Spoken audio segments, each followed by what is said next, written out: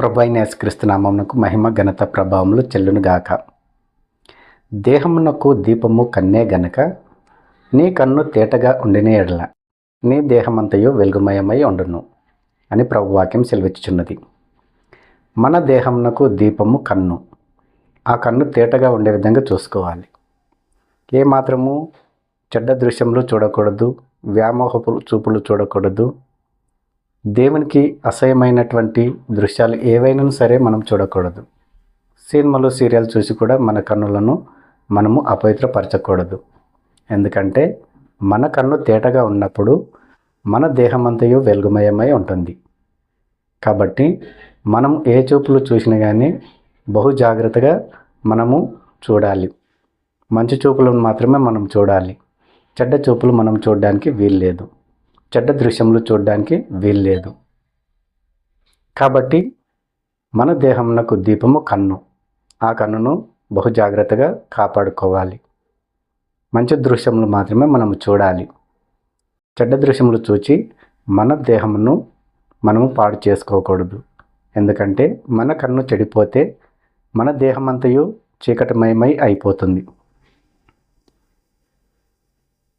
కాబట్టి మన కన్ను తేటగా ఉన్నప్పుడు మన దేహమంతయు వెలుగుమయమై ఉంటుంది. కాబట్టి బహు జాగ్రత్తగా మన చూపులను మనము కాపాడుకోవాలి. ఎందుకంటే మన దేహము దేవుని ఆలయం. మన దేహమును పరిశుద్ధంగా ఉంచుకోవాలి. మనము మన కన్నులను పరిశుద్ధంగా ఉంచుకోవాలి.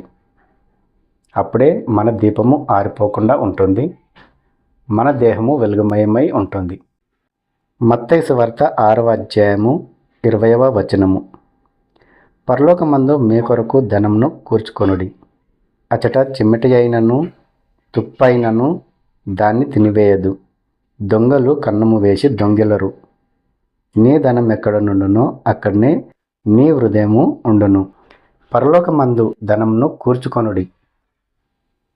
ఈ లోకంలో ఎంత సంపాదించినా కానీ మనము రూపాయి కూడా వెంట తీసుకెళ్ళలేము. కానీ పరలోక రాజ్యంలో మనము ధనము సమకూర్చుకోవాలి. పరలోక రాజ్యంలో కూర్చుకోబోయే ధనము ఎటువంటి ధనము? ప్రేమ, అనురాగము, ఆప్యాయత, జాలి, దయ, కరుణ, శాంతి, సమాధానం పరలోక రాజ్యానికి సంబంధించినవి. మనము ప్రేమ కలిగి జీవించాలి. సంతోషంగా ఆనందంగా జీవించాలి. ఇతరుల పట్ల జాలి, దయ, కరుణ మనము చూపించాలి. ఇతరులకు సహాయం చేయాలి. ఇతరులను మనము ఆదరించాలి, హక్కున చేర్చుకోవాలి.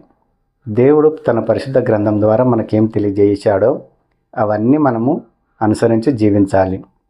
అప్పుడు పరలోక రాజ్యంలో మనము ధనమును సమకూర్చుకోగలం. అక్కడ మనము ధనము సమకూర్చుకున్నట్లయితే అక్కడ చిమ్మెట కొట్టదు, తుప్పు పట్టదు. దొంగలు వచ్చి దొంగిలరు.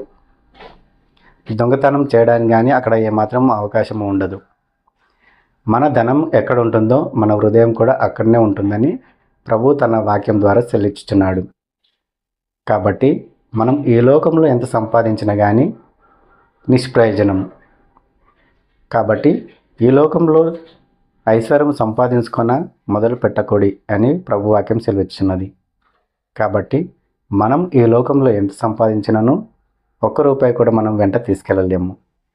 కాబట్టి మనం పరలోక రాజ్యంలో ధనము సమకూర్చుకోవాలి. ఎంతోమంది ధనము సమకూర్చుకోవాలి, ఐశ్వర్యం సమకూర్చుకోవాలి, ఈ లోకపరంగా ఆలోచిస్తారు. కానీ పరలోక రాజ్యంలో ధనం సమకూర్చుకోవాలని ఏమాత్రం ఆలోచన చేయరు. కాబట్టి దేవుని నమ్ముకున్నటువంటి మనము ఈ లోకానుసారంగా జీవించకుండా ఈ లోకంలో ఎంత సంపాదించిన వ్యర్థము అని మనం తెలుసుకొని ఈ లోకానుసారంగా ధనం సమకూర్చుకోనకుండా ఐశ్వర్యం సమకూర్చుకోనకుండా పరలోక రాజ్యమందు మనము ధనము సమకూర్చుకోవాలి.